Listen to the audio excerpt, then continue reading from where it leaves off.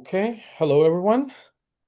So this is Faruk from Greece. I think we just, started, and we are the main organizer of this webinar today. Hope everybody is okay. So our organization is Gefyra Syrinis, the main organizer, and the Dunaj Dialogue Platform from Poland is the co-organizer of this event today. So I would like to tell a brief introductory remark about our organization, and maybe Denis would like to say. The Poland representative is Denis is here, and so I will tell something about our organization, then what our aim, and so maybe Denis will add something, and then we will give the floor to our lovely moderator Kristel from Estonia, and she will lead the webinar today. So, Gefyra Syrinis in Greece is meaning that peace bridges. This is a non-profit organization. And so our aim is empowerment, promotion, and the reinforcement of the principle of the respect for fellow human beings. And so we believe in the social cohesion and social harmony and open society as well. And we are trying to put our effort on the importance of the protecting human rights and the women rights, child rights. And we are organizing seminars, conferences, panels, and we are doing our events on that, topics. And so also we are highlighting the positive participation of the refugees and the immigrants in Greek to more generally in Western societies and the continuous efforts to integrate them to the Greek society. So today we have organized this webinar to increase the voice on women's rights. So our topic is very, popular nowadays. So hope everybody will enjoy today's webinars. And so I just wanted to give the floors if Denis would like to say something, then we will start our webinar. Yeah, Denis, would you like to say something? Thank you, Ömer. Good afternoon, everyone. My name is Denis Doğanay, and I'm joining you from the Dunaj Dialogue Institute in Warsaw, Poland. And we are happy to co-organize this panel within the framework 17th session of UN Commission on the Status of Women. At Dunaj, we work on dialogue, social cohesion, and intercultural understanding through civil society initiatives, and mostly migrant people active on our institute. We have 70 young migrants volunteers under Dunaj. And thank you all for joining us today and contributing to this important conversation. I'm looking forward to it. Thank you, Denis. Kristel, it is your turn. So go ahead. Okay, so hello everyone. As I understand, in some places it might be morning time, but here it is already afternoon. So welcome to our panel. And the panel is the role of the woman, peacemakers and empowerment strategies. And we are meeting at the time that this topic is extra crucial. And many societies are facing increasing polarization, democratic backsliding, and ongoing conflicts. So in this context, building the sustainable peace requires not only political agreements, but also dialogue, trust, and strong social cohesion. Also, the research shows that the peace agreements are more likely to be lasting when women participate in these peace processes. Yet, despite the fact, the women contributions, they are remaining significantly underrepresented in the formal negotiations and also the decision-making spaces. And if formal peace processes are the architecture of the peace, then women often provide the social infrastructure that makes the peace sustainable. So today's discussion, therefore, we are focusing not only on the challenges that women face, but also on their leadership and the strategies that help women move from the community engagement to the recognized roles in the peace building. So I am very pleased to be joined by an excellent panel of the speakers. who will share their experiences and perspectives from the different national contexts. So without further ado, let's start with our first speaker.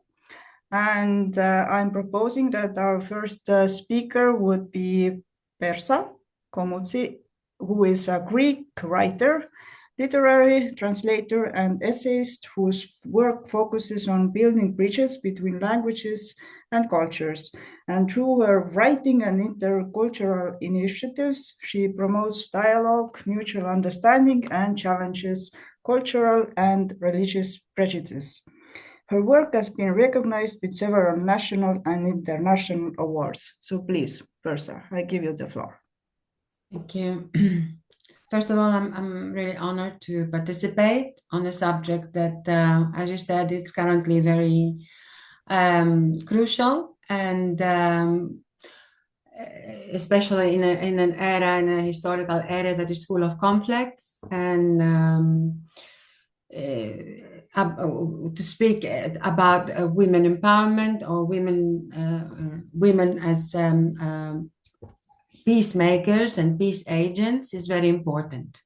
And it's true that the United Nations resolutions have supported the inclusion of women in peace processes, recognizing that they are inherently more prone to peace, with a stronger sense of justice and humanitarian tendencies, though this does not apply to all women, of course, and also are able to play crucial roles in conflict resolution, emphasizing that women can transform to essential actors in building bridges towards sustainable peace. And it is true, women are frequently perceived as bridge builders, especially in multi-religious or multicultural communities. Due to their nurturing nature, they can be most effective in this respect, as well as be effective advocates for solidarity, equality, human rights, and of course, they are the keenest on voluntary work than men, for example. This research or a research within the field of peace and conflict studies suggests that peace agreements involving women are more likely to address social justice concerns, civilian or family protection, and long-term reconciliation. They are also viewed as skilled negotiators for resolutions and agreements, and agreements that are more durable and more rooted in the needs of people who suffer because of wars or other conflicts. However, this is just in theory, because despite this recognition, history has shown that the number of women who are included in peace negotiations, for example, and decision-making processes at crucial times and war times or conflicts are very few. And their efforts and contributions very often are marginalized, downgraded at times, ridiculed at others, and actively undermined or even ignored by political actors and institutional structures that remain dominated by men in traditional power places. Many of these women, we have seen, have faced intense backlash. They were frequently discredited or dismissed or even ridiculed, not only by political actors opposing humanitarian or peace initiatives, but sometimes also by members of their own community. And this, I think, is due to prejudice, misinformation, basically, and of course, limited understanding of the conflict dynamics. In worst cases, due to blind fanaticism against any other that we do not know or we are not familiar with, or blatant ignorance, which is the worst of all. In several cases, women engaged in humanitarian advocacy were subjected on online harassment and reputational attacks, aiming at delegitimizing their work. Some were even dismissed from the jobs, put in the margin and deprived of participation in public speaking.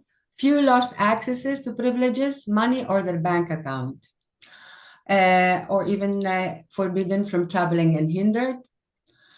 In other words, they were, to an extent, smaller or bigger, stigmatized or gaslighted. And this, of course, stigma that they are absurd or unrealistic, or in the worst, in the best case scenario, quixotic.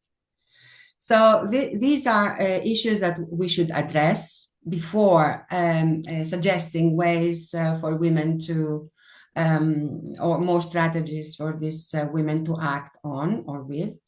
These are alarming and to me are very are increasing unless we do something about it. So effective empowerment strategies must go beyond, to me, symbolic or theoretical inclusion, starting with educating people firsthand about the role of these women and the importance of the role of these women. But we can discuss later on the suggestions that I have come up with. So I don't want to waste any more of your time. Just that lack of information and ignorance to a large extent have caused a lot of these problems to occur, unfortunately. Thank you. Thank you very much for that perspective, and you really highlighted very important highlights, especially yes, the lack of information and also the ignorance. I couldn't agree more that ignorance is a big issue, also not only in peacekeeping matters, but overall. But let's move on.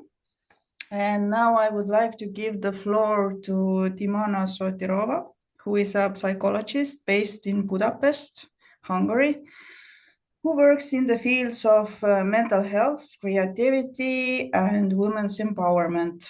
She also leads workshops and support groups for women, including migrant women, through the RISA project, and also is a co-founder of the Women Council of Budapest. Her work combines psychological, artistic, and spiritual approaches to promote the conscious femininity and healthy personal boundaries. I give you the floor, please. Thank you, Kristel, and thank all the organizers for the opportunity to speak together today. We live in a very interesting moment in time where Hungary is actually having social pressure and tensions, both because of the inside political situation in the upcoming election next month and the ongoing wars, unfortunately, around the world at the moment. As you can imagine, as a neighbor of Ukraine, we are directly influenced by the war in a couple of ways, which creates already some polarization towards the Ukrainian refugees in the country. So although it's not very crucial yet, it's unfortunately becoming more visible at the moment. At the same time, the ruling party and the party that dominates the government in Hungary, it has more conservative understandings about how the country and the society should be structured, and that goes into direct conflict with a lot of the progressive movements, progressive organizations, the rights of a lot of refugees and immigrants. Sometimes they take on some policies that restrict the movements of NGOs that are trying to fill the same gap. So that creates a tension also between the NGOs and the government. A lot of times we have every several months, we have some kind of protest here in the city. One time it's going to be about addressing women's rights and equality. Another time is going to be about some form of justice that is demanded, and some case that the government didn't respond strongly enough. Another time is going to be a lot of young people going on the streets because they demand more progressive government. So a lot actually depends here on what is going to happen next month with the local elections. I can recognize that in the NGO sector, there are a lot of focused women working together on causes. The interest towards fields like psychology, coaching, any kind of therapy, including holistic therapies, among women is more and more chosen as a professional path, or at least as a studies. Which speaks a lot about women's role in like the natural drive that we have as women towards healing or seeking some kind of more balanced coexistence. But at the same time, just 2 days ago on International Women's Day, the last protest in the city was actually about women's rights. And it was fascinating to watch that both like we realize our potential that it's there, and if we have the stability and the resources to achieve more in terms of peace and balance in this world, we would do it. But a lot of women have to use their energy actually to go on streets and demand better conditions, better rights. And we are still in this window in time when we have to explain that we actually need a little bit more freedom in order to act upon our most important role. On the other hand, there are a lot of movements that are proactively gathering resources. Just the other week, we had this wonderful women's panel, Women's Appreciation Panel happening in ELTE University from ISAC organization, where they gathered the students that are last year and are already kind of anxious about their career choices and path in life, etc. And they invited some of the successful women in the city, local and international, to speak about their success, their challenges. So there is already dialogue sought and created throughout the generations. To some extent, on other hand, we, with a partnering organization, we launched the Women Council through the RISA project, which focuses on the rights and needs of the migrant women.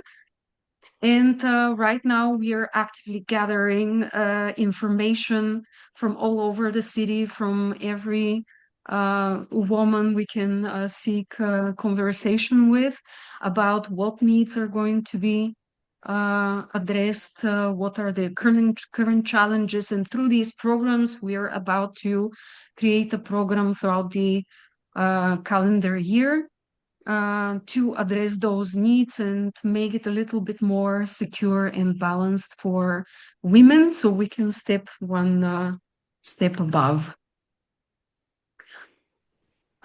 Thank you for the attention. I will stop here for now, and I will join you again later in the discussion.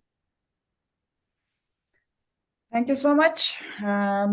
You also brought out different kind of perspective and also brought in the Ukrainian war, which is very close to you. And as Estonia is also one of the countries who has given many Ukrainians the new home, then we totally understand the problems and what the societies are facing.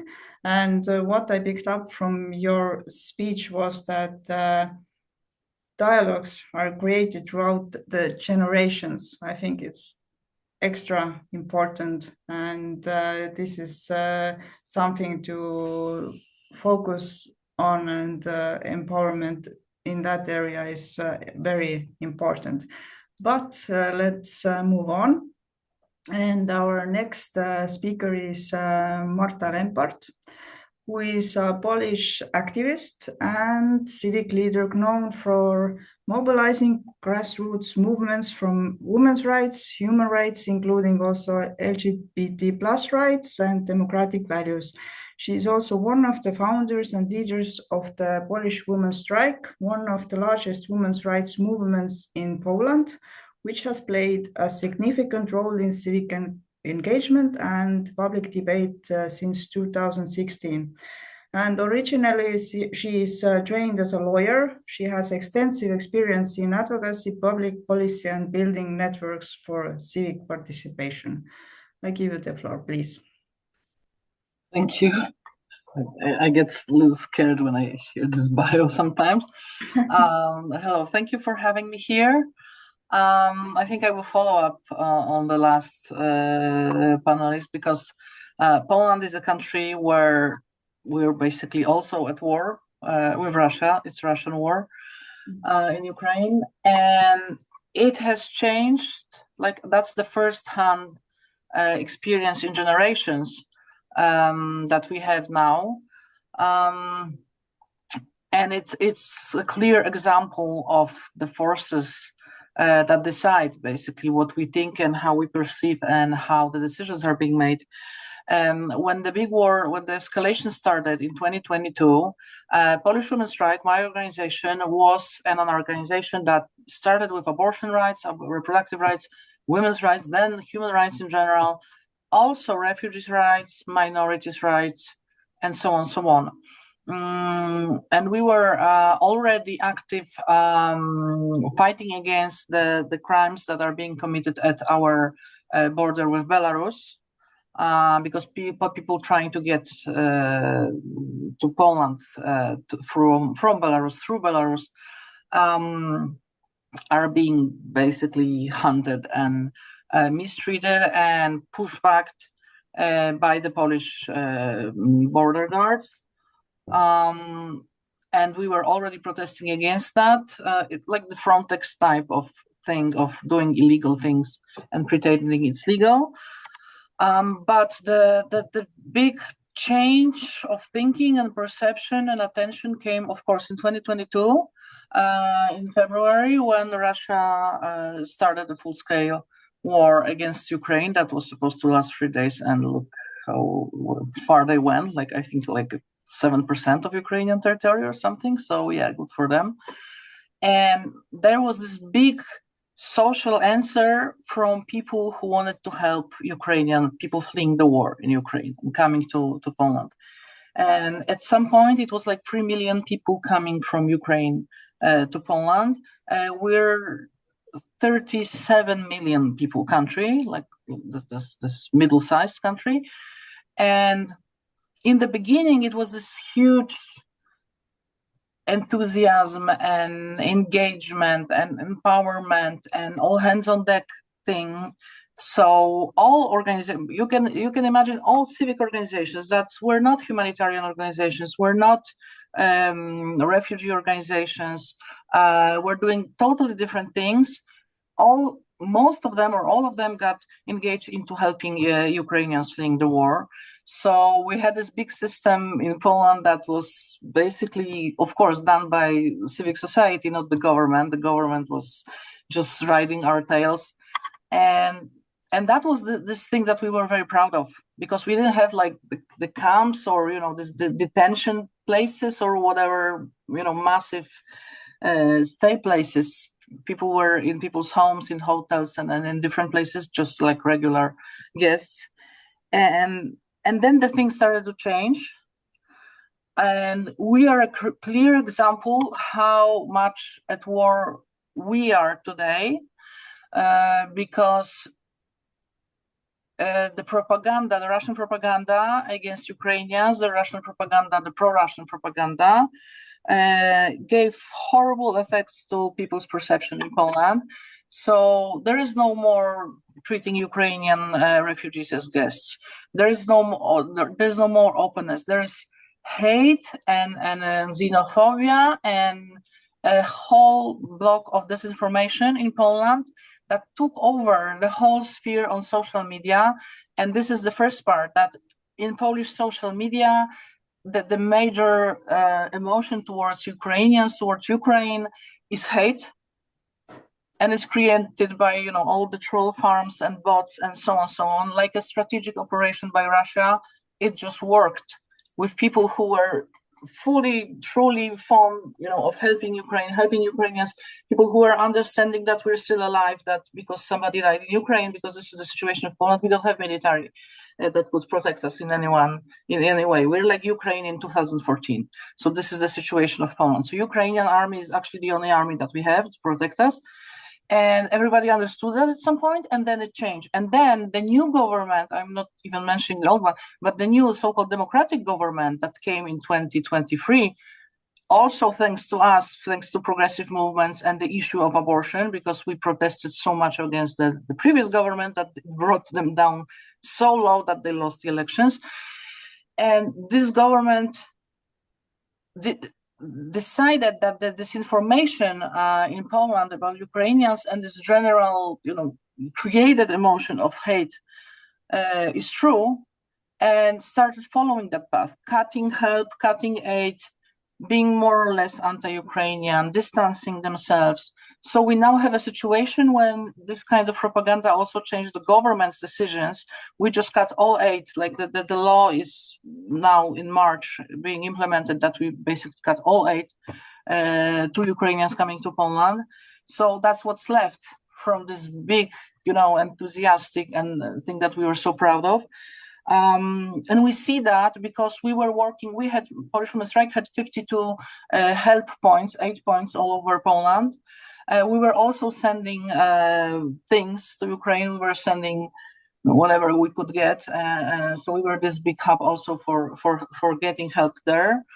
And now sometimes it's even the same people that we were working with, organizations that we were cooperating with, that are really distanced against that, like from Ukraine and the issue of Ukraine, like the issue that the peace in Ukraine can be only we can only get peace in Ukraine if Ukraine wins, obviously, because we're talking about Russia here, and they will never stop.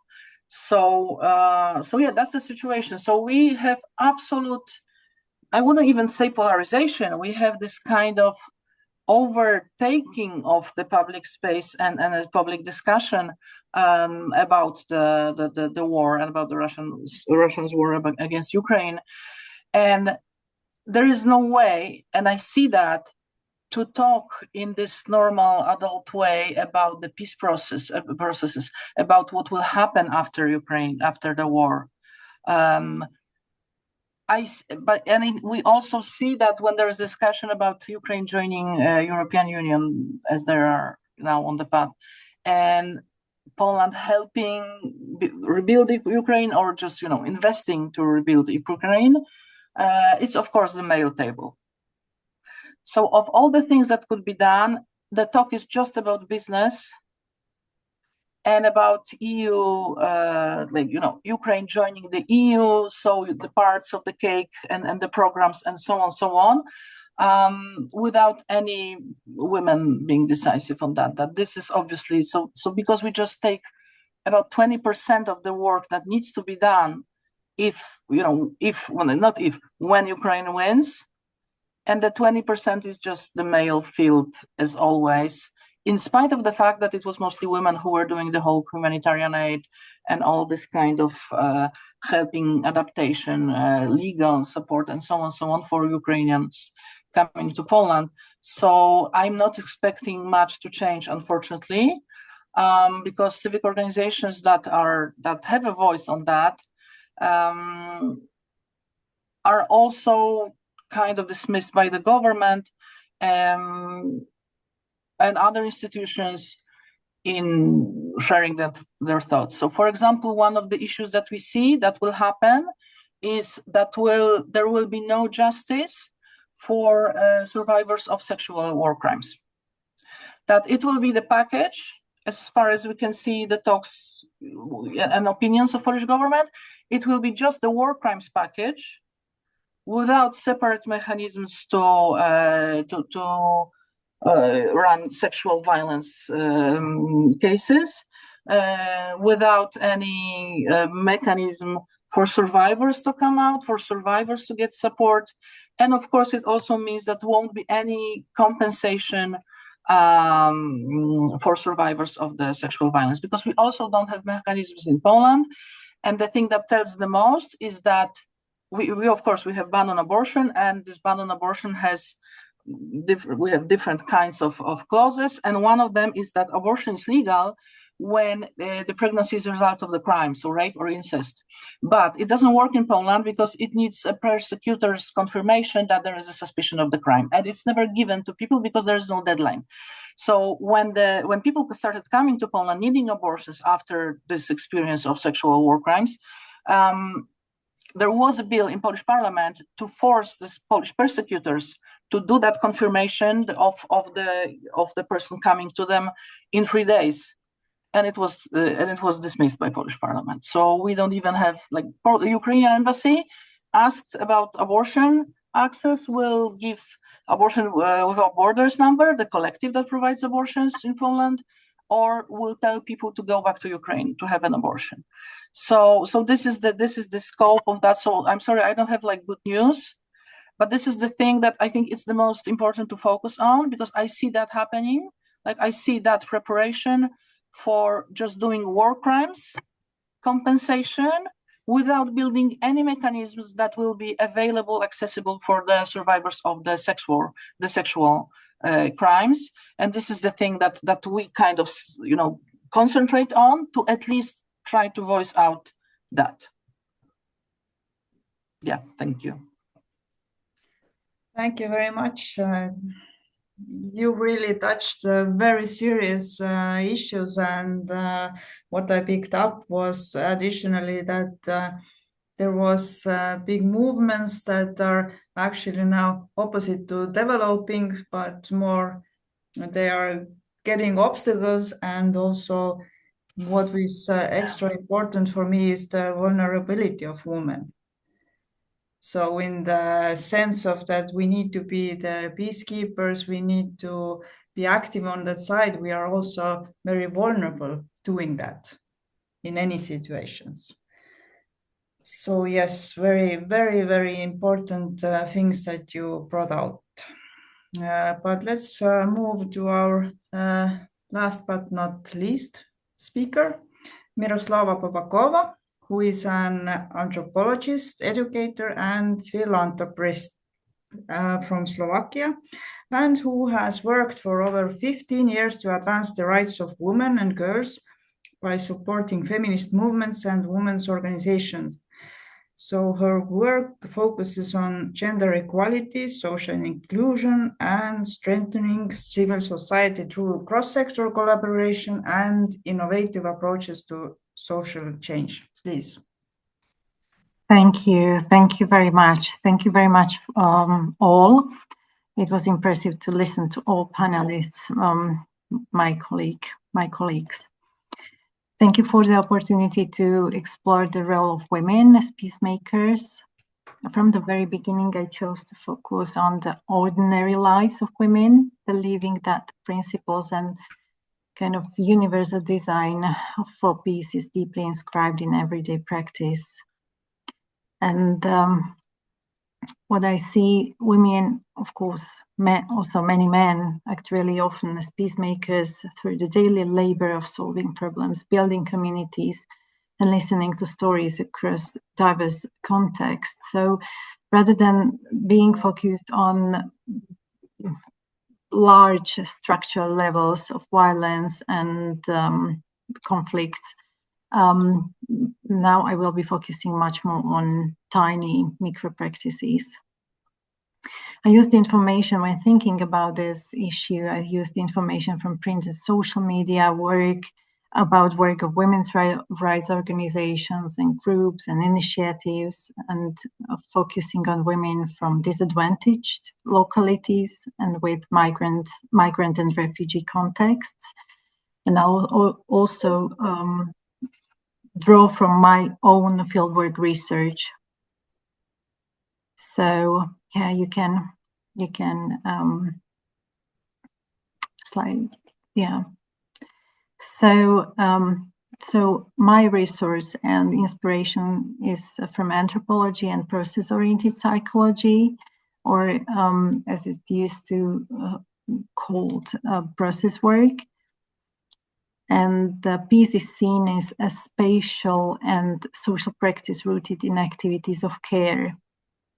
And when we use anthropological resources, anthropology shows us the individual and cultural capacities for nonviolence, asking important questions. How do local cultures, and specifically women communities and groups, manage crises to prevent conflicts and even war, and to build or contribute to peace resolution?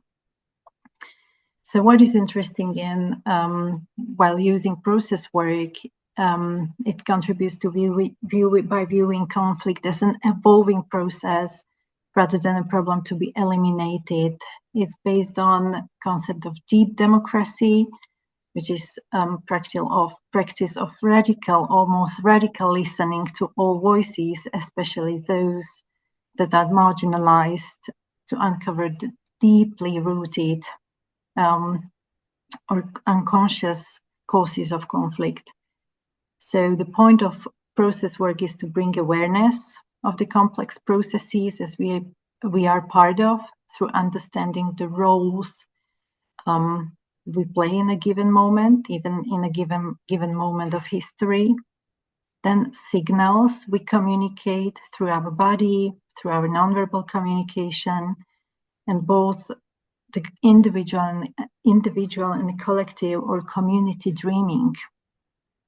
So as the theory suggests, every time we ignore our own hurtful signals or those of others, we co-create a terrifying world and destroy our relationships and organizations as well.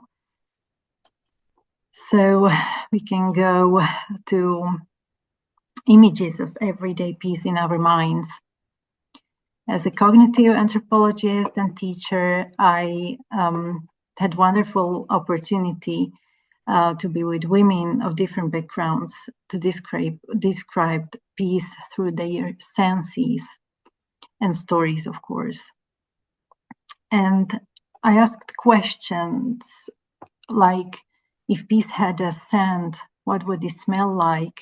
How does peace smell to you? Or if peace had a color, what would it be?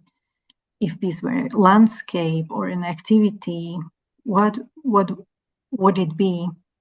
And the answers of women expressed in words like perfumed soap, hands of my mother, jasmine, light blue, blossoming meadow, sunny day, gardening, calm sea, suggest that peace is associated with a sense of safety, joy, and personal well-being.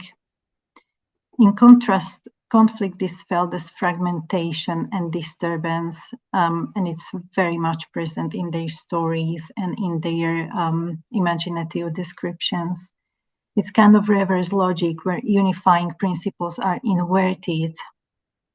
And so if conflict is a disruption of balance, peace is the mobilizing and positive relationship that restores it. So I was thinking about dimensions of everyday peacemaking based on material coming from fieldwork and from stories of women. And women are not just passive participants of everyday life. They are, as already was said, they are architects, invisible diplomats, and quiet weavers of harmony and peace in our homes, neighborhoods, communities, and even nations. Women are active caregivers.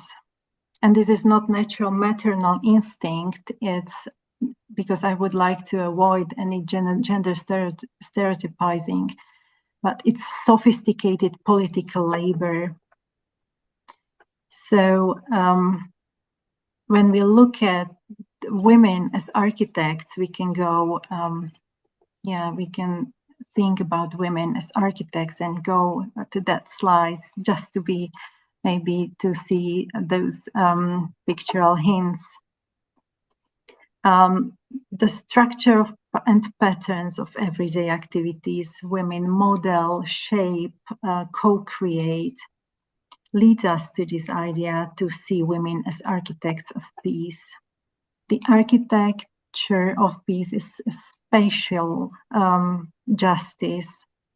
It's very intentional design of women. Women create in their environments with the intention that conflict cannot easily breathe them there.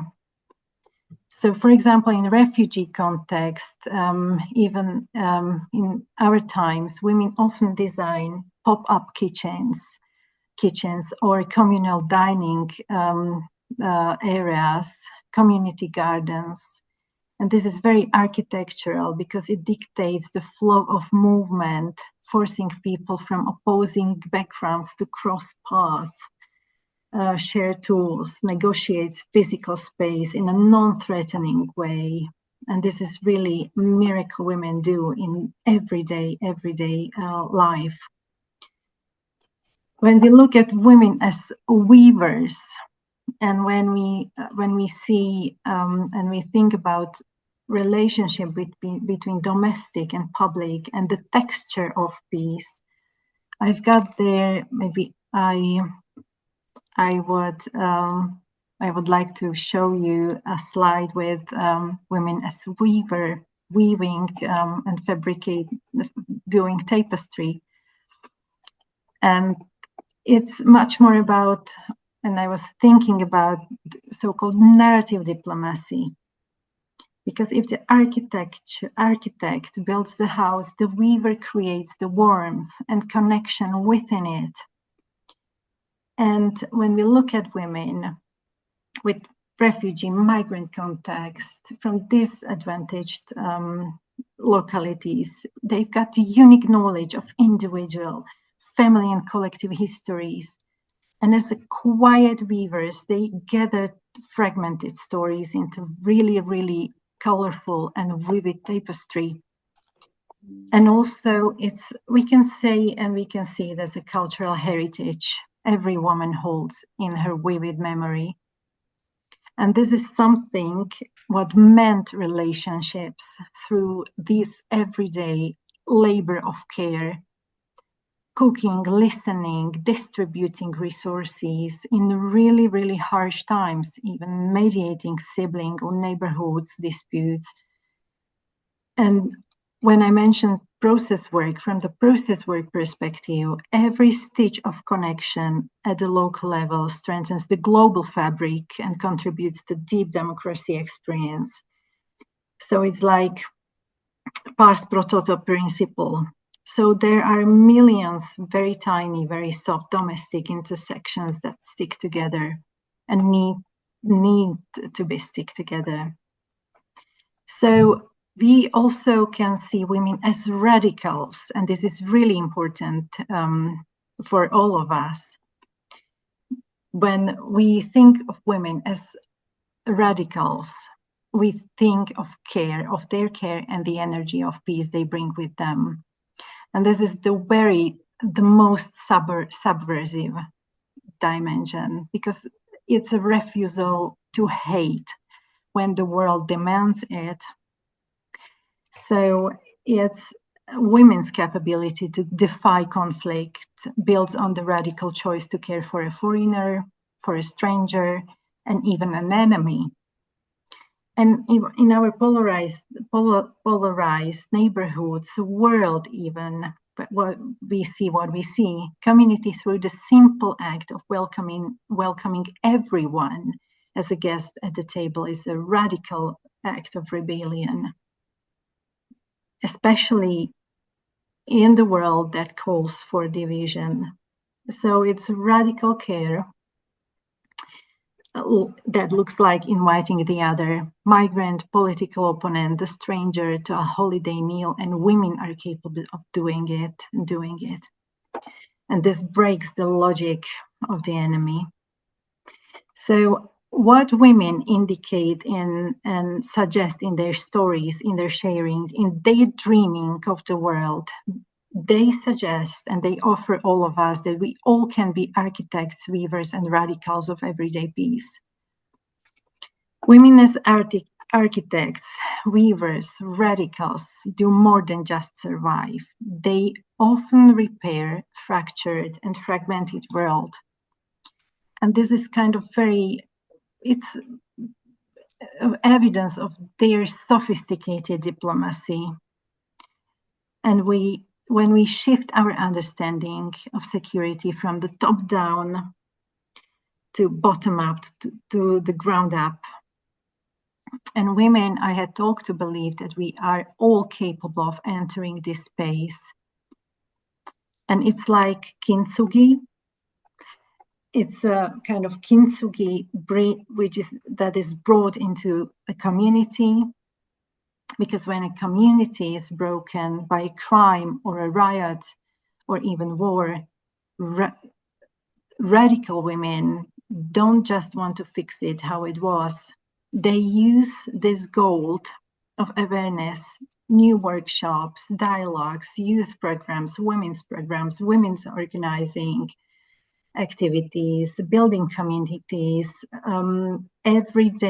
tiny everyday work just to repair, to break, so that the communities, and even nations are actually stronger and more beautiful for having survived the fracture. And it's not just a dream, it's kind of, as I at the beginning said, it's a really sophisticated political labor. Thank you very much. Thank you, Miroslava. You ended the panelist section with very beautiful art and bringing very artistic view to the topic, which I really, really liked. And I picked up that women have different faces. That is true. Women are awesome. We can do different things. We can do it simultaneously at the same time. And I don't want to insult any men, but women are powerful, and because of that, it is logical that we will be active also in the peace-making efforts. So thank you very much. And well, what we already heard actually shows that women contribute to peace building in many different ways. It's through the community dialogue, or also civil society initiatives, also through art. And if you ask from me, what is the scent of the peace, then I would say it's a strawberry, definitely strawberry. But let's move on to the part when we can discuss the topics, and also we can have the questions from the audience. So maybe I would like to explore some of a bit broader patterns that emerge from those presentations that we had, very different ones. We had very serious topics, but we had also overall what is the woman's role and how we can use women to empower all those processes. So maybe I will start first with my own question, which emerged. And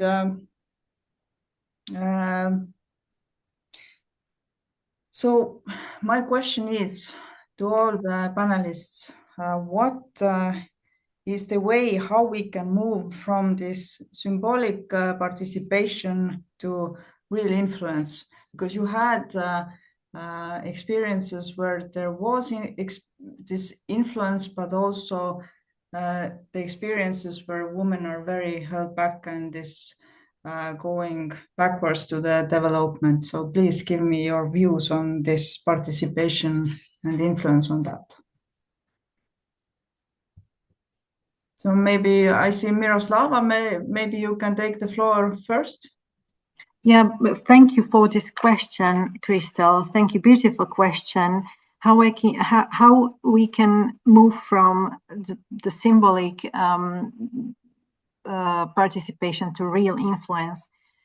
As a philanthropist and somebody who was for years involved in creating programs for women, I see one of several solutions in making space for women, but also to support activities that women make space for others, to explain and really to protest as well, to organize themselves.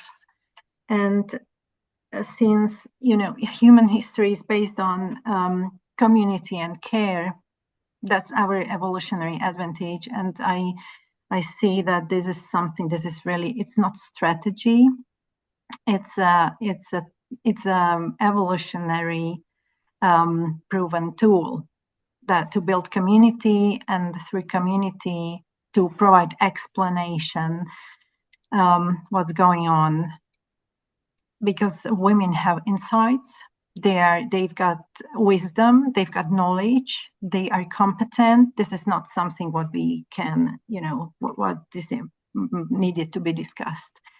What is really necessary to bring the idea and to make it public that women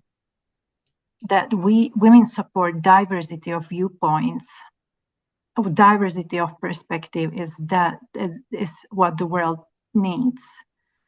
And this is something what I'm really a big supporter of. Thank you. Marta or Persa or Dimana, do you want to take the floor as well? You decide. Okay, let's take Marta. I just want to add something to my initial statement or words, because I was very short. I would like to add that our generation, the after Second World War generation, and the following generations, and especially in the area of Europe, of our continent, are at a shock because of the intensity of violence that we have experienced in a very short time. Violence that was beyond our reach, was beyond our imagination. We never expected that we live through these, especially with the easiness with which we can watch and live between quotations all that happened, all this violence that took place, like Miroslava has mentioned, or maybe Marta, I don't remember, about the sex crimes at war areas, etc. And not only by Russians, also in the Middle East. We have seen, we have heard, and now we can have a comparative study on this terrible issue.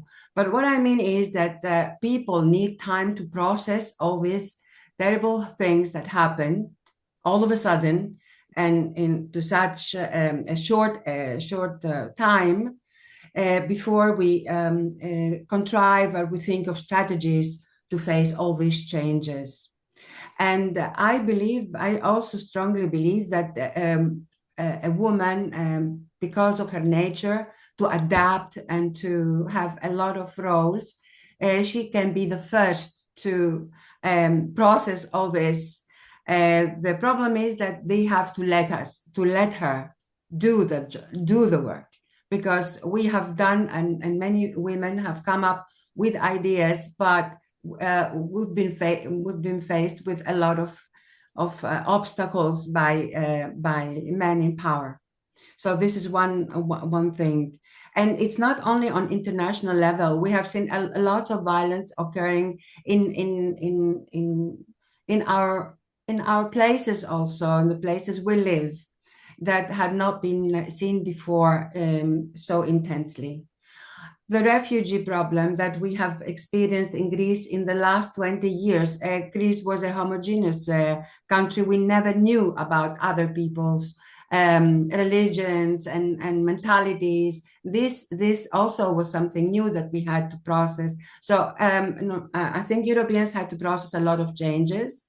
They were not willing to do it so easily. And because of lack of education, to me, lack of education is very important. In Greece, we relied on the idea of democracy, but it was on a theoretical level always. And the people who have done something, who have tried to do something, regardless of being women or not, are the people in the art section, as our friend, the previous speaker said. Art and literature played most important role to voice people who are under persecution or under pressure, or people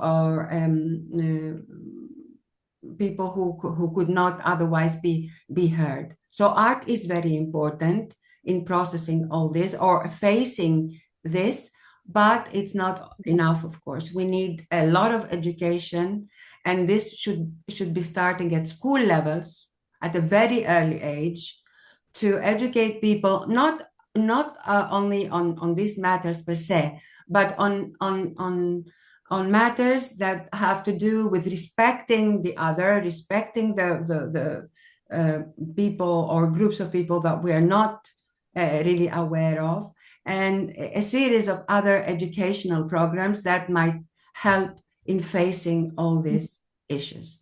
And women as a teacher should also be educated, because we have seen in Greece that unfortunately even women educators could not explain to students what's going on in the world.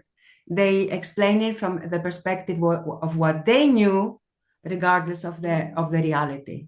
So I think all these are correlated, and we have to tackle them in one way or another. Education is very important. Thank you. I couldn't agree more. I'm very pro education in every field. But Marta, Dimana, maybe you have thoughts as well? I can relate to some of what Persa said. Thank you for emphasizing on the education. I believe we can brainstorm at some point some nice initiative about gender equality and the role of women and men in society, tailored for kids, like workshops for schools, for example. That would be awesome if we can figure out how to intervene in such an educational way.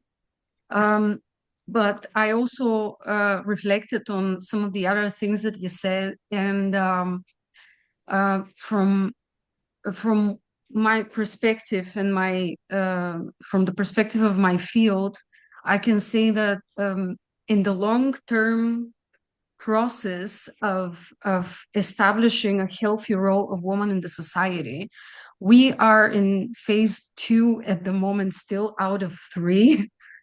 And this is connected with the fact that from total oppression, we went to total focus on feministic movements, which is going from one extreme to the end. And it is a very natural process, because if you think about how they teach us at school how to find the middle of a line, we have to know exactly where it starts and exactly where it ends.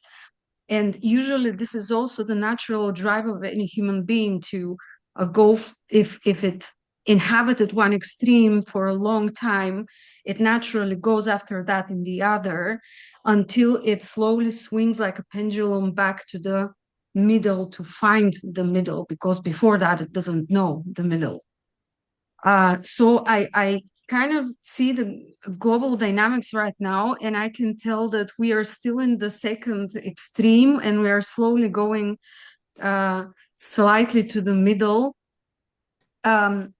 And I want to bring the attention to something that in my job I need to address a lot, and a lot of women get angry at me for that, is that very often, because of how the feminist movement was important, we actually talked throughout the years only about the positive sides of it.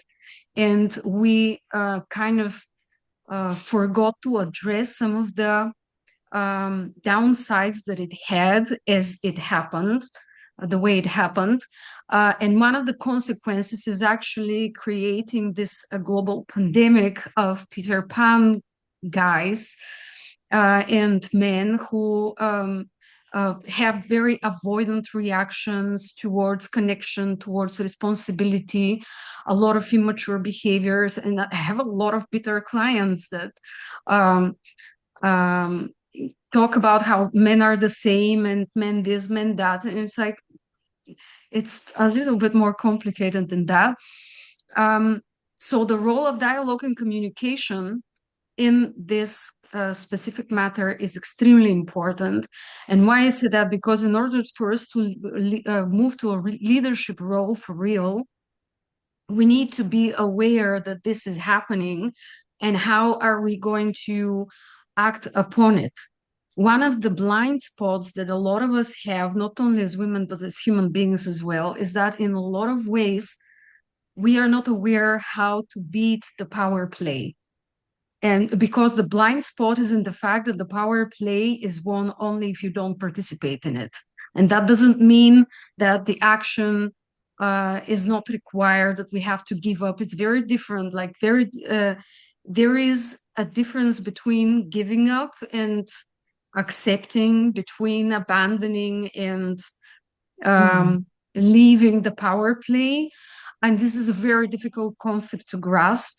I would highly recommend, if you want to know more about that, to follow the work of Annika Lucas and Christina Melke, who are making group therapy workshops for survivors from sexual abuse and human trafficking. And they have this genius way of explaining the game of power and how we step out of it, how can we see it from aside and actually take a reasonable stand in this triangle of dynamics. Another thing that I focus on my job is to help people focus on themselves rather than the circumstance that is influencing their life right now. Because very often you probably have heard that we have like center of control and influence, and then anxiety, and everything that is not in our control or influence is in the zone of anxiety. There's the behavior of other people, the wars, the economic state, the floods, whatever. And very often people will come and say, this war is happening, what do we do? And we have to bring the focus back on us, back on ourselves, what we can do in the next 5 minutes, what we can do in the next day, what depends on me specifically. And the other thing that we do is bringing healthy boundaries into the picture. And I'm doing my best, like in the women support groups that I lead in the women migrant projects, to talk about that a lot. And I created actually throughout the last year a program called Limitations as a Source of Freedom, where I help people actually stop putting their energy entirely into the focus of resistance that they have, and instead of that, exploring all the opportunities that the current limitations provide. Because very often when we bump into a wall, we go into this state of crisis and frustration, and our natural reactions is to go and break the wall. And sometimes that's more difficult to do directly than we imagine. And we get stuck into this war state when we fight the same circumstance all over again. And what we do in that seminar is actually put the perspective in what else is going on around, which brings a sense of freedom, stability, and it had recognition to the extent of we won an Erasmus grant to apply this program for burnout prevention and stress management among the youth workers, which is going to happen in the autumn. And it caught the eye of the Erasmus agency, it seems, because we got also the highest grade for the whole application term. like very nearly 100 points. Throughout the field experiences and experiments that we did here in Hungary in the last year, tailoring this program, it has very good feedback and very good result. And I do believe it's one of the things that can help us get the shortcut to stepping from more informal to more recognized leadership role. And the other thing, like last small thing that I will say, one thing that helped a lot, as I said in my speech earlier, it was about connecting generations, not only like aged generations, but also different kinds of stages of being a migrant or being a woman, etc. We had with another partnering organization about a couple of years ago a small series of events called Successful Women Share, where we invited local entrepreneurs and successful women who changed their career or built some business from the scratch to share their experience. And we are gathering as much contacts as we can, and we are probably going to continue making this program in the next year. And that had also very good effect, because in an environment like Eastern Europe, where you have a lot of old school understanding of what woman is, even if you are very progressive, you still have it in the environment of most example of the more patriarchal understanding. And because of not a lot of access to different examples, a lot of women cannot actually even think about going there or imagine that they could go there or even ask themselves the question. So we actually close that gap with bringing the successful women in front of the microphone and acknowledging their experience in public, so more women can be influenced and can see that good examples and different examples can be existing in this environment. Thank you. Thank you. Marta, do you have also anything to add? I just have this general remark, because what we're talking about here is basically tackling patriarchy and making all the decisions. And it's one of the most difficult fields, because in most countries, it's mostly men that goes to war. And they have this argument always over our heads that this doesn't concern us. And the realization, and we're far from realization that, not we, they are far from realization that war basically ruins women's lives more than men. So the only idea that I have is the general political engagement in the field of defense. Now we have two organizations in Poland that are basically this kind of, and they are run by women. These are women's organizations, and they are experts, and at least we have that.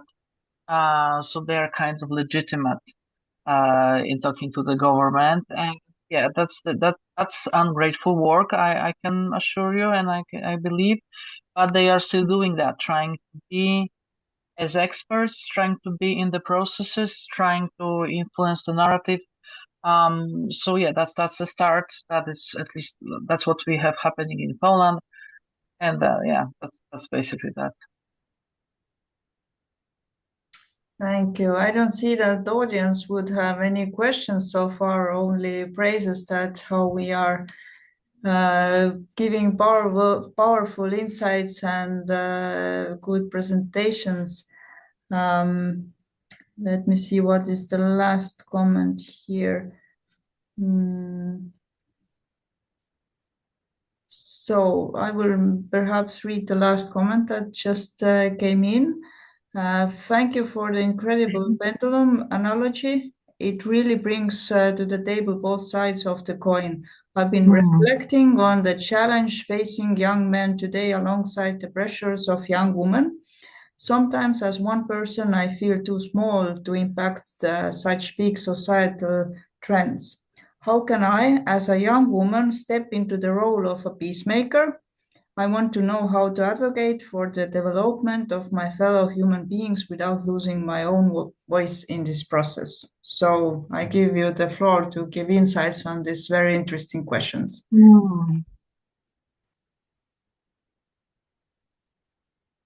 Maybe Dimana will start now first. All right. Thank you, Saliha, for this important question. Interestingly enough, I was actually a speaker on an event a couple of days ago when we were discussing exactly this. And I was saying about the other blind spots that we have very often when we struggle with some kind of circumstance or a conflict, especially in relationships or the way we relate to other human beings in general.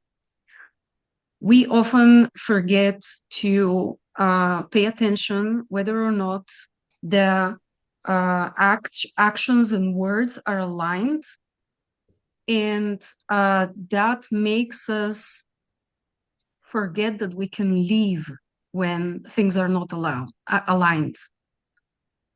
And I can give an example. In a abusive relationship, for example, the woman has a very natural response to try one more time to explain, because she deeply believes in the good of this person that he shows every now and then. She believes that he can change. Here's the blind spot. This is actually another form of control and abuse, because this person has a completely other pace of growth than us. He has completely other state of mindset, a completely other value system, and it's very obvious from the actions.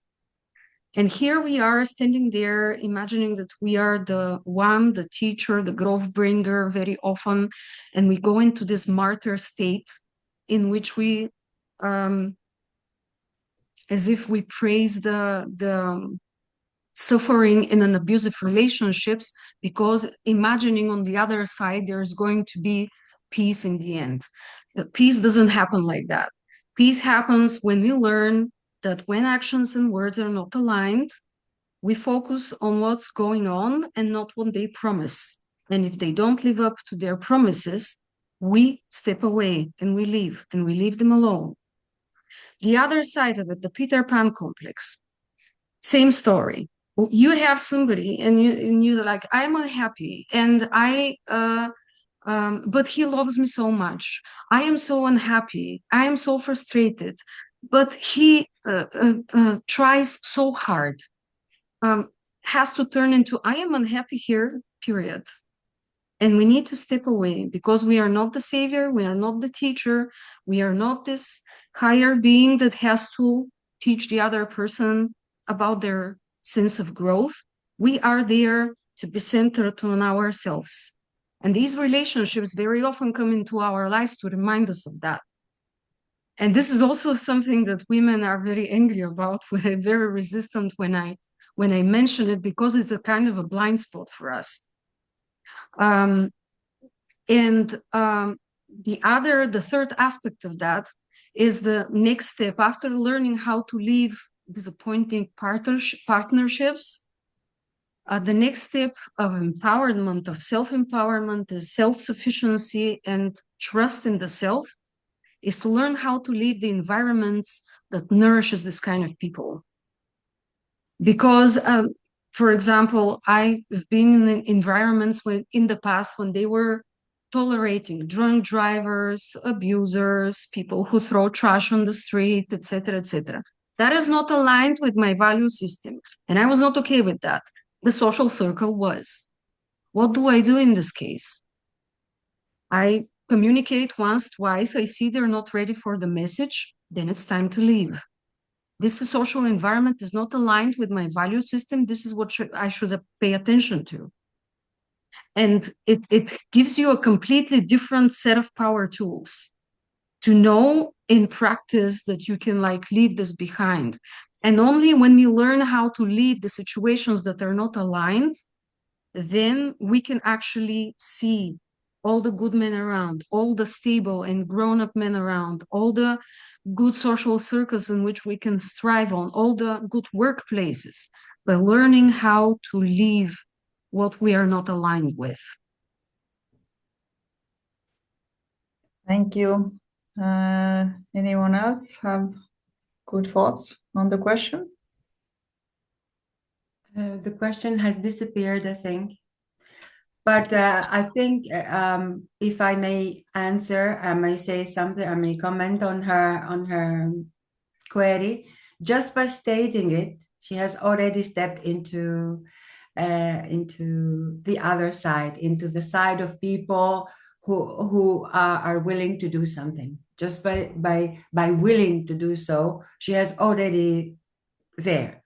Only thing she has to do, or he has to do, I think she's a lady, the name has disappeared, is to follow her instinct and try from making very small steps in the beginning. First of all, voicing her opinion about the situation. Even this is a very good step to start. Okay, thank you. Marta has raised her hand. Please. Yes, I have tasks mostly for people. So I can tell of Polish experience because we were a very homogeneous country during the communist times and after the Second World War. So now I think what people can engage in, like especially the new generation on their own terms, is doing as much of cultural exchange and multicultural dialogue as they can, because this is something that was not and is not happening. It was always, for my generation, I'm 46, it was always something on the margin, because it was a non-issue at that point in Poland when I was young. And that now it's totally different, but the number of initiatives and people engaged in the dialogue, it has not changed much. Still kind of a margin thing. So we need influx, like the real engagement and grassroots influx of that. And this is something that is actually something that the young people can do, because it will come, I guess, much more natural to them when their school classes are not homogeneous anymore. That, you know, the only religion that they know of is not just Catholic, and so on, so on. So this is, and we have the gap in civic engagement against the numbers that we have and how the society in Poland. I'm talking about Poland. For countries like Poland that were homogenic and out of the southern are not, I think that's the way of engagement. To, you know, we have established women's rights organizations, different kinds of organizations, but we don't have that many and that powerful organizations that deal with the dialogue within the society, the multicultural dialogue. So that's the task for the youth now. Great. Miroslava, do you have something to add as well? Well, thank you. Thank you for this opportunity. Maybe I would start with the question that how does the world look like? So how the ideas about the world, how it looks like, are formed. And then how can we make a world a good or better place to live? And it's based upon an understanding, because we can have really, really different versions and different understanding of how world can look like. However, in terms of how to become peacemaker, I like what you already said, to start with little tiny acts of action, tiny action, and tiny acts of humanity. I know that these are really big words, and sometimes it's really difficult even for me to understand, you know what it means. But what in organization I'm working in, we had really deep discussion. For a long time we have had this discussion about how we can co-create a change the narrative we are part of, and we are co-creating it.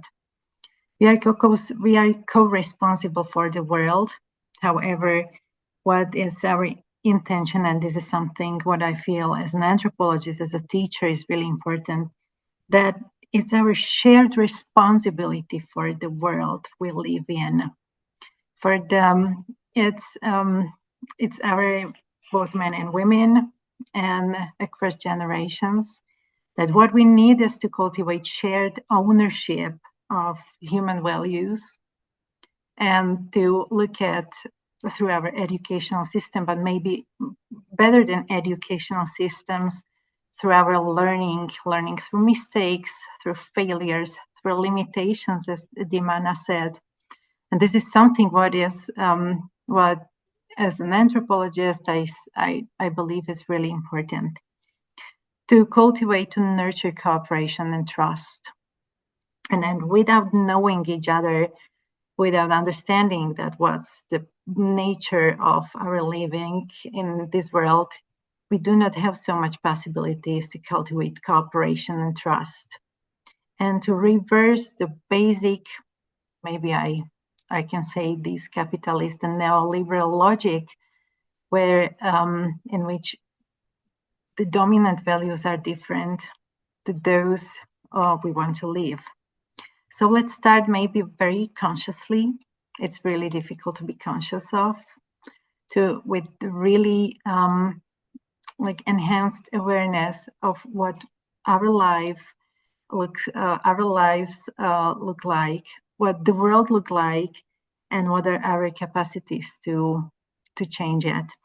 And I'm not going to say any recommendations, but what I see when I talk with women's groups and groups of people, regardless the gender, religion, and so on, that they try to really build communities, find allies, organize themselves to create space for dialogue, for discussion, but also for justice. Because to keep responsibility and to keep memory alive means that we are really, really aware of what is necessary to cultivate. And truth and trust and learning and so on, and everything what makes us human is for many people worth of protecting. And this is something what they really try to do in their communities, in their circles, maybe in their classrooms. Is many often is about space, about very specific, about shared space. So this is maybe my advice: find allies, learn from mistakes, trying to organize, listen to stories consciously, and with having kind of trust that this is something what we've been done for centuries as human beings. Thank you for these wonderful questions and comments in the webinar chat.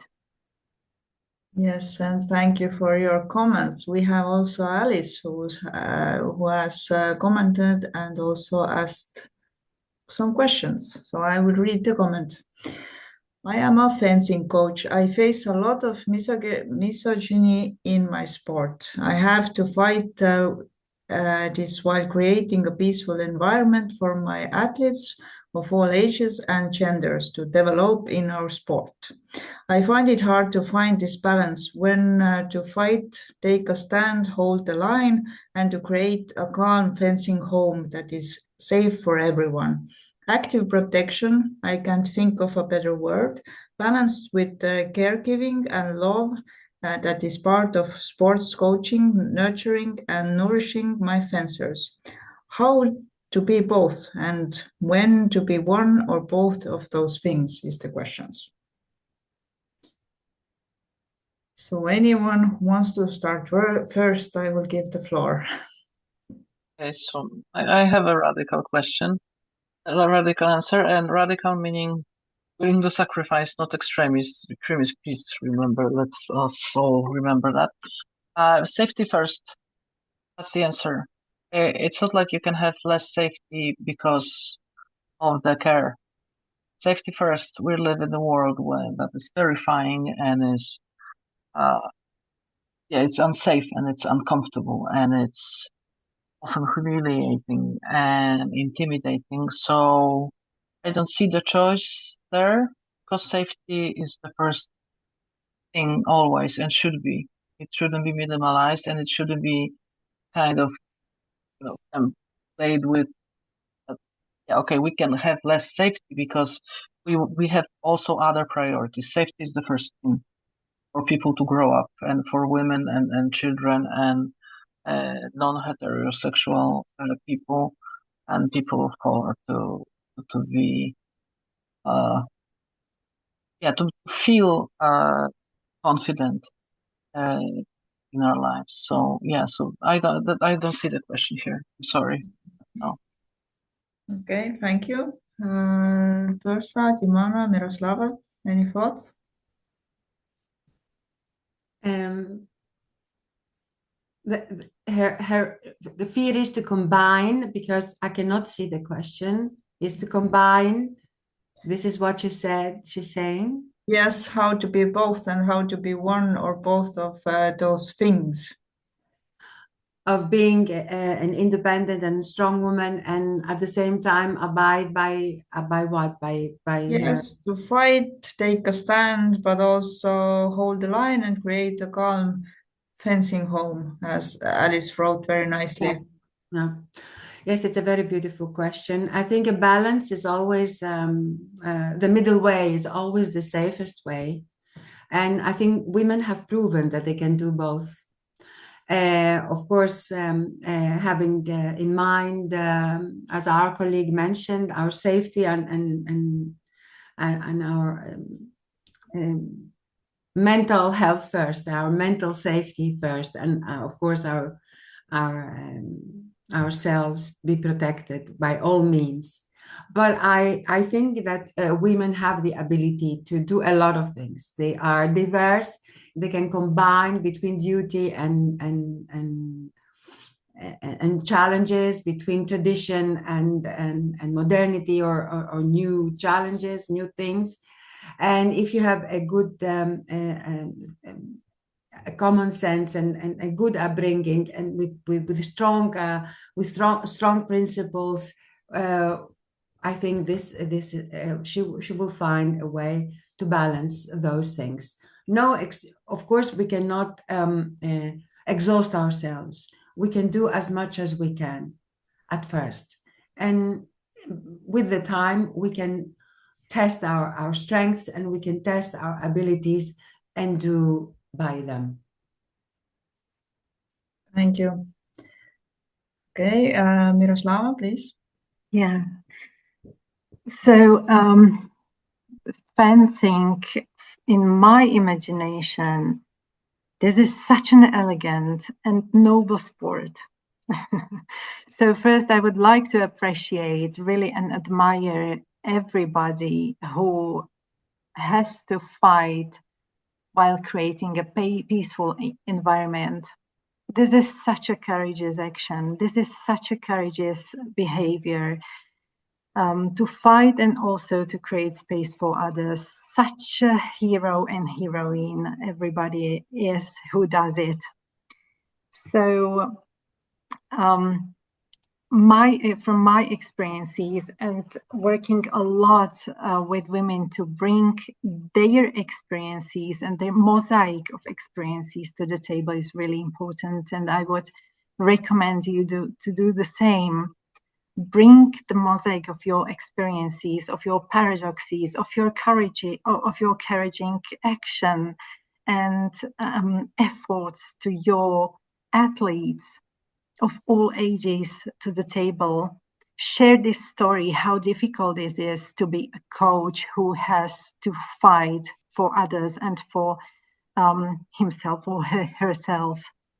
This is so important in terms of justice, in terms of understanding, in terms of balancing and creating harmony. We need to share with others, and especially with those who are at the very beginning of our experiences. So this is what I've got in my mind. And again, thank you for this courage and for this energy to balancing and to fight for everybody, as I said, for themselves and for others as well, while creating a peaceful environment. What is more? Thank you.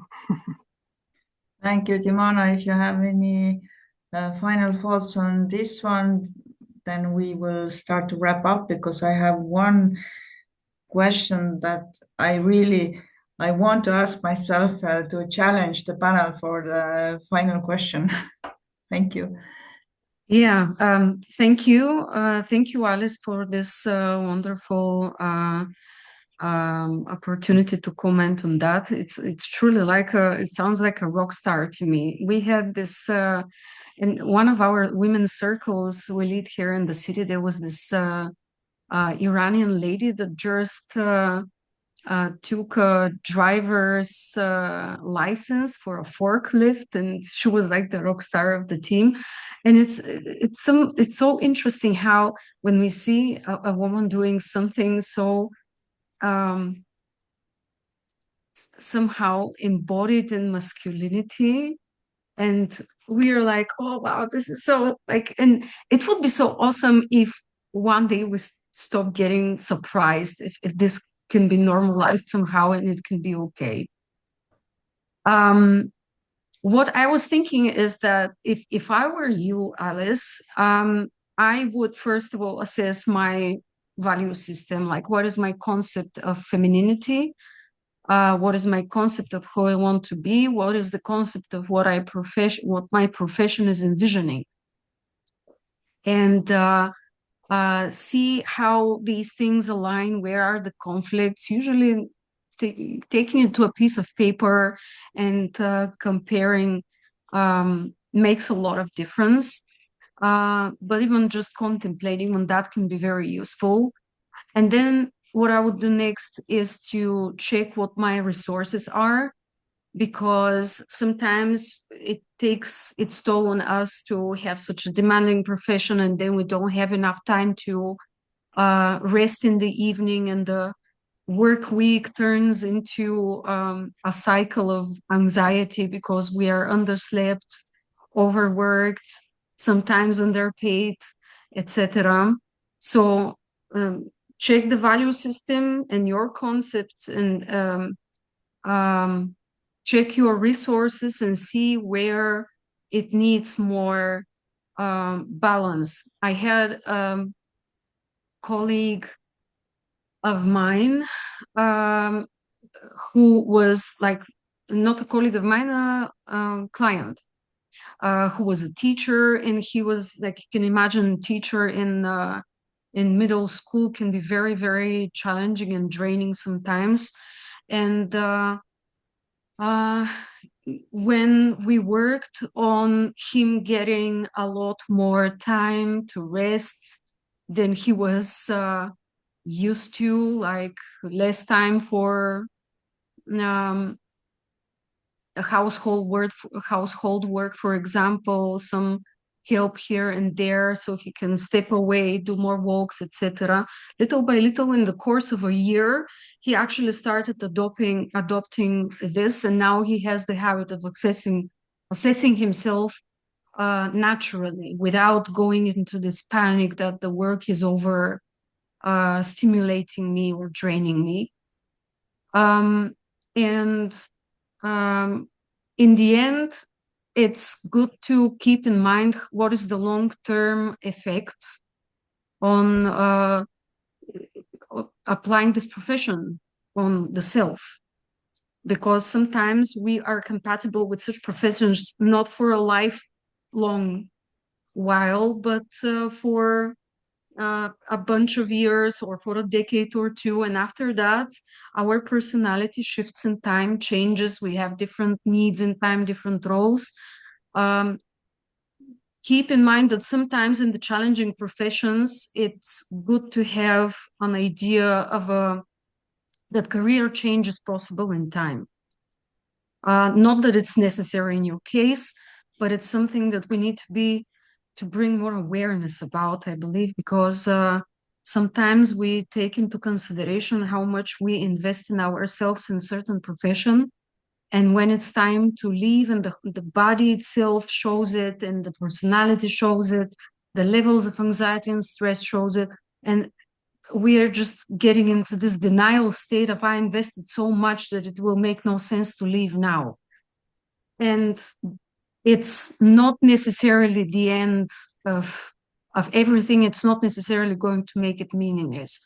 So just, I don't know, pay attention to all of this, take it into consideration, and I'm sure your intuition will tell you after that what is right.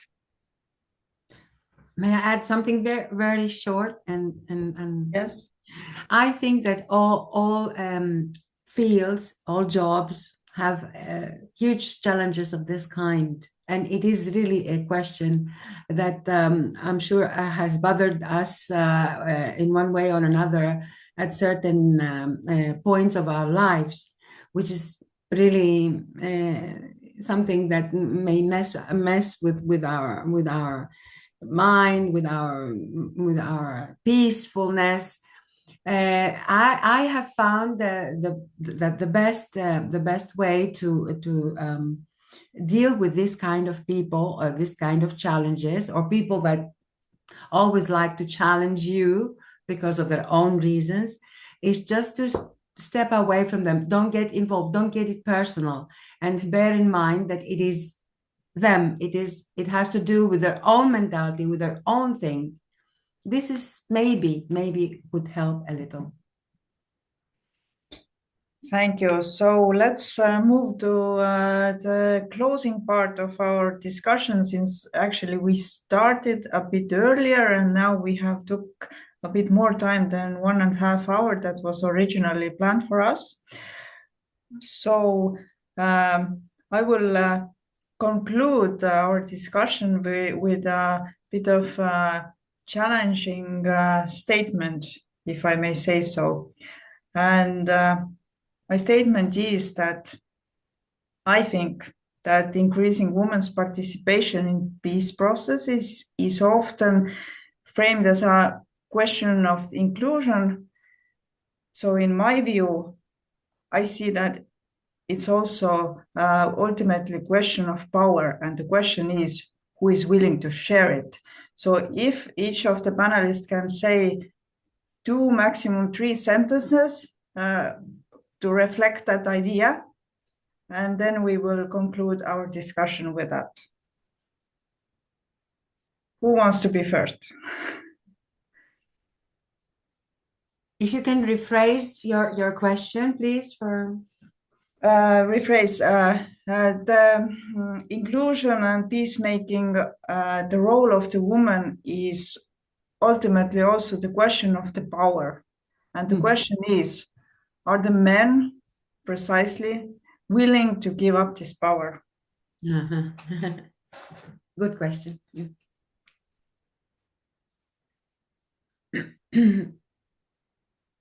Marta, perhaps you want to start? Yes. No, please. No, please go ahead. If they're willing, some of them are willing, but the majority maybe are not willing, because this is the way they are educated, that the men have the power, the ultimate word. And this reflects, of course, also in everyday life, that women have to step back all the time to avoid the clashes and to avoid a lot of confusion. So this is the way she was brought up. So again, it's a pattern that we follow. And if you challenge this pattern, then you might have to face some kind of backlash. But I think we are in the position now to question this pattern and to challenge it with all our power. And it's very important because if we challenge this pattern in all areas of our lives, we'll manage more than we have done so far, I think, if I understood correctly. Yes, thank you. Marta. I always have the like kind of trouble with that. My reflection is that there are always some things that can be done, that every conversation, every debate should end with tasks that we imagine for ourselves, and we share to do things a little bit better. And it's nothing wrong with just doing the little small part of that job that needs to be done. So if we think that, okay, we have to tackle the patriarchy, so we're more involved in the decisions, like the concerning peace and so on. Yeah, that's just overwhelming. But if we think we want to be the organization that fights for women's perspective in peace negotiations, or just the sexual, as I said with my organization, just the survivors of the sexual war crimes, or we want to create a society that is absolutely, or maybe not absolutely, that is resistant to disinformation and hatred and teaching people and nations against each other. That's also the thing. Like this is, for example, volunteering in some organization that deals with that. So yeah, so that's for me, and that's what I recommend. Like finding. I hope that all of the people who are listening to us found the task or have an idea of the task that they can do. Thank you. So Dimana, Miroslava, final short thoughts, and then I will close up our session. Yeah, Miroslava, please. Oh, sorry. Shall I? Yes. Okay. Go ahead. So I will step again on the concept of leaving, because leaving, first step to leaving is actually putting a healthier distance between us and the people we're not aligned with. The moment I stopped trying to align myself with people who were having different value system from me, I started little by little seeing all the opportunities around of social circles, professional opportunities, etc., who were actually very into harmony, very much into harmony with what I envisioned for myself. And this is what we do in the women's seminars as well that we provide. So learn how to keep a healthy boundary, healthy distance, will clear the concept of where a man stands and where a woman stands. Once that is done, there comes the more difficult part, actually, when you are in a harmonious environment that it is supporting you, to unlearn how to behave in the old way, and learn how to be feminine, vulnerable woman in her true power. And the thing about women's power is that we, throughout the feminist movements and the equal pay, equal rights, equal opportunities on leadership positions kind of movement, for now at least, I see that we approach this matter in a very masculine way. So we try to fight for these roles in their way. And there is a feminine aspect of the behavior which we can include, at least, which will actually be way more powerful and successful. Being feminine, being flexible, being smart, instead of just resisting and fighting. Humane. It's a bit metaphysical, and it's a bit it sounds counterintuitive, but it opens a door to a way bigger discussion than this. I believe we can make space in the future for something like this. Thank you. And Miroslava, just sum up a few words, please. Yeah. Okay, I'm to think about power is part of my professional life a lot, and we all know somehow that power is part of everyday life, and our not only interpersonal relationships. It's how we deal with it, and that matters. We live in patriarchy, which, by the way, we women are also capable of reproducing very effectively. So for me, the general question is how to use power and how to educate ourselves so that we use it for the benefit of all, responsibly and maturely.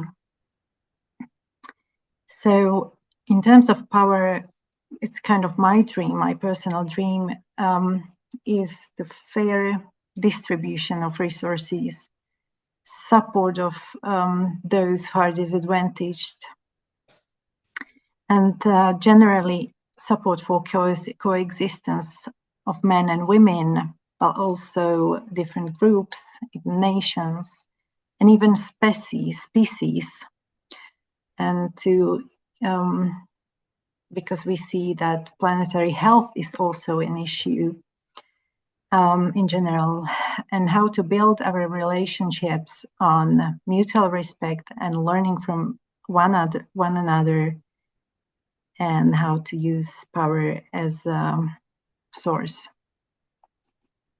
So thank you very much. Thank you. So I will very briefly sum up our very interesting discussion, and it has shown us that women are not only participants but also they are the bridge builders.